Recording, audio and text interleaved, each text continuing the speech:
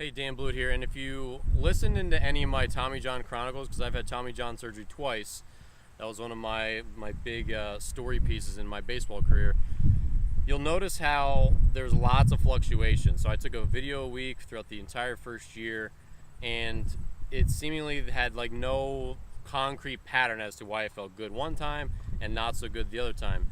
And now that I'm older, I'm past my playing career, and I've helped a lot of younger players rehab elbow injuries, shoulder injuries, all this other stuff, you see the same thing happens over and over, which is when they get towards the end of their surgery, they get into this place where the formal throwing protocol ends, their formal physical therapy is ended, usually like month 5 or 6, and they're kind of out and like, okay, hey, like your arm's mostly back to full strength, you can throw pretty much as hard as you used to, and you can throw your breaking ball, your changeup, your off-speed stuff, and you're starting to get into like normal game activities. And what happens is it becomes extremely difficult to balance the overall workload and how to throttle up and throttle down, how much throwing you do per week, how you start to decrease rest, how you start to increase pitch count, how you start to balance increased strength training loads. So by the time you get to the 9, 10, 11, 12 month mark, you know, you can squat a lot again. You can do heavy dumbbell bench presses again. You can do heavy rowing again because your body's strong. You've been lifting weights and doing strength and conditioning and rehab for a long period of time where your arm is pretty much back to doing normal things that a normal 200-pound athlete could do. So then how do you balance, okay, I can do trap deadlifts pretty heavy. I can do chin-ups now. And I'm also throwing 92 miles per hour again off the mound. I'm now throwing sliders again. I'm throwing chain-ups again. I'm throwing 2 bullpens a week instead of 1 bullpen a week. It becomes very, very difficult to say, okay, you know, I had a lot of rest last week. I seemingly set everything up well, and now my arm feels terrible.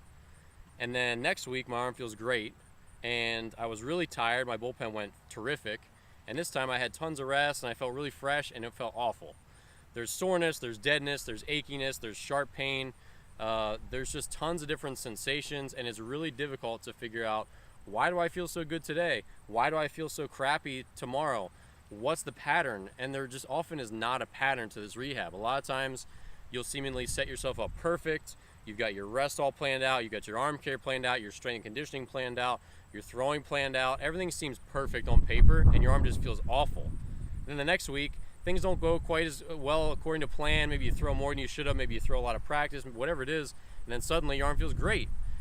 And there's just seemingly no rhyme or reason between the pain days and the non-pain days, the good days and the bad days. And really what it ends up coming down to is staying the course, having someone to bounce it off of, having someone to make sensible decisions with you, whether that's just like say, hey, let's take a little rest today, let's just light toss tomorrow, let's skip your next bullpen, or let's push through this little bit of pain. It's not that big a deal. Let's definitely still have your bullpen.